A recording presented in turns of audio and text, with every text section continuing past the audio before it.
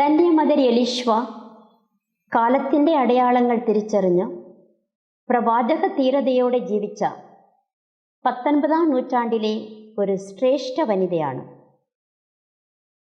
സ്ത്രീ സ്വാതന്ത്ര്യം ഒരു ചർച്ചാ വിഷയം പോലും അല്ലാതിരുന്ന കാലഘട്ടത്തിൽ സമൂഹത്തിലെ ജീർണതകൾക്കെതിരെ പ്രവർത്തിച്ചുകൊണ്ട് സ്ത്രീകളുടെ ഉന്നമനത്തിന് കേരള കത്തോലിക്ക സഭയിൽ വ്യക്തമായ അടിത്തറയിടാൻ മദർ എലിശ്വയ്ക്ക് കഴിഞ്ഞു. സ്വാതന്ത്ര്യം സാക്ഷാത്കരിക്കപ്പെടുന്നത് അറിവിലൂടെയാണെന്ന് തിരിച്ചറിഞ്ഞ മദർ സ്ത്രീ വിദ്യാഭ്യാസത്തിന് നേതൃത്വം നൽകി. മഠത്തോടൊപ്പം ആദ്യത്തെ പെൺപള്ളിക്കൂടം സ്ഥാപിച്ചു. സ്ത്രീകളുടെ സാമ്പത്തിക സുരക്ഷിതത്വം ഉറപ്പുവരുത്തുന്നതിന് കരവേലകളും തുന്നൽ പണിയും അവരെ അഭ്യസിപ്പിച്ചു. കൊന്തക്കെട്ട് കേരളത്തിൽ പ്രചാരമാർജിച്ചത് മദർ എലിശ്വ വഴിയാണ്. മദർ എലിശ്വ ജീവിച്ചിരുന്ന കൂനമാവ്, വരാപ്പുഴ എന്നിവിടങ്ങളിൽ ഇന്നും സ്ത്രീകളുടെ സാമ്പത്തിക ഉറവിടമായി കൊന്തക്കെട്ട് തുടരുന്നു എന്നറിയുമ്പോഴാണ് മദർ എലിശ്വയുടെ ദീർഘവീക്ഷണം നാം തിരിച്ചറിയുന്നത്.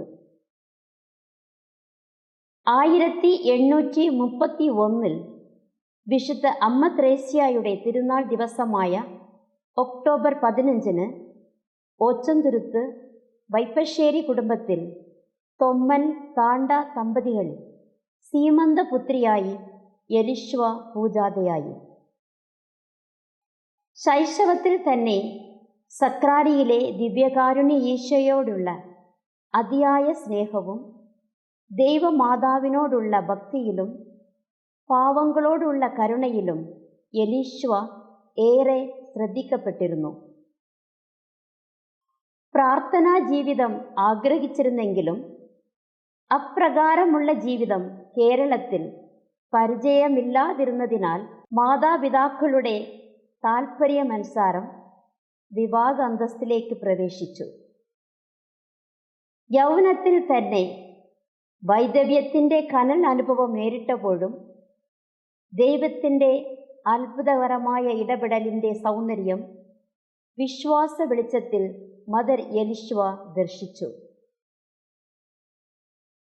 ലത്തീൻ, സീറോ മലബാർ റീത്തുകളിലെ 2 പ്രസിദ്ധമായ സന്യാസിനി സഭകളായ congregation of Teresian Carmelite CTC, congregation of the Mother of Carmel CMC എന്നീ സന്യാസിനി സഭകളുടെ ഉറവിടമായ സ്ത്രീകൾക്കായുള്ള കർമ്മലിത്ത നിഷ്പാദുക 3-ാം സഭ TOCD 1866 ഫെബ്രുവരി 13 മദർ എലിശ്വ സ്ഥാപിച്ചു.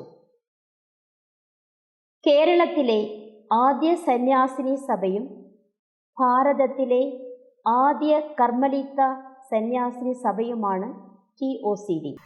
ഓച്ചന്തുരുത്തിൽ നിന്ന് പ്രയാണം തുടങ്ങിയ ഈ പുണ്യജീവിത സരണി കൂനമാവിലൂടെ വരാപ്പുഴയിലെത്തി 1913 ജൂലൈ 18 ഈ കൊച്ചു ദ്വീപിലെ വിശുദ്ധ ഔസേ പിതാവിൻ്റെ നാമത്തിലുള്ള മഠത്തിൻ്റെ ആദ്യ മുറിയിൽ നിന്നും അനന്തതയിലേക്ക് പ്രവേശിച്ചിട്ട് ഇന്ന് 112 വർഷങ്ങൾ പൂർത്തിയാകുമ്പോൾ പുണ്യ പദവിയിലേക്ക് ഉയർത്താനുള്ള തിരുസഭയുടെ പരിശ്രമങ്ങൾ ഒരു പ്രത്യേക പദവിയിൽ എത്തി നിൽക്കുന്നു.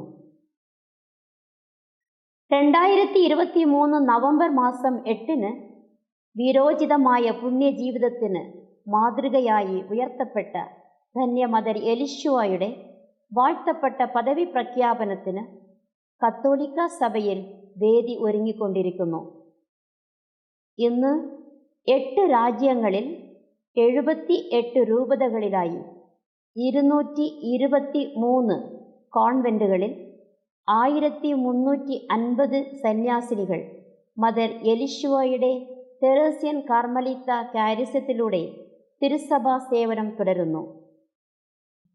എലിശ്വ അമ്മയെ വാഴ്ത്തപ്പെട്ട പദവിയിലേക്ക് ഉയർത്തുന്ന ധന്യ മുഹൂർത്തത്തിനായി കേരള സഭ ഒരുങ്ങിക്കൊണ്ടിരിക്കുന്ന ഈ കാലയളവ് എലിശോ അമ്മ ചരിച്ച പാതയിലൂടെ സ്വർഗരാജ്യം ലക്ഷ്യം വെച്ച് മുന്നേറാൻ നമുക്കും പ്രചോദനമാകട്ടെ എന്ന് പ്രാർത്ഥനാപൂർവം ആശംസിക്കുന്നു.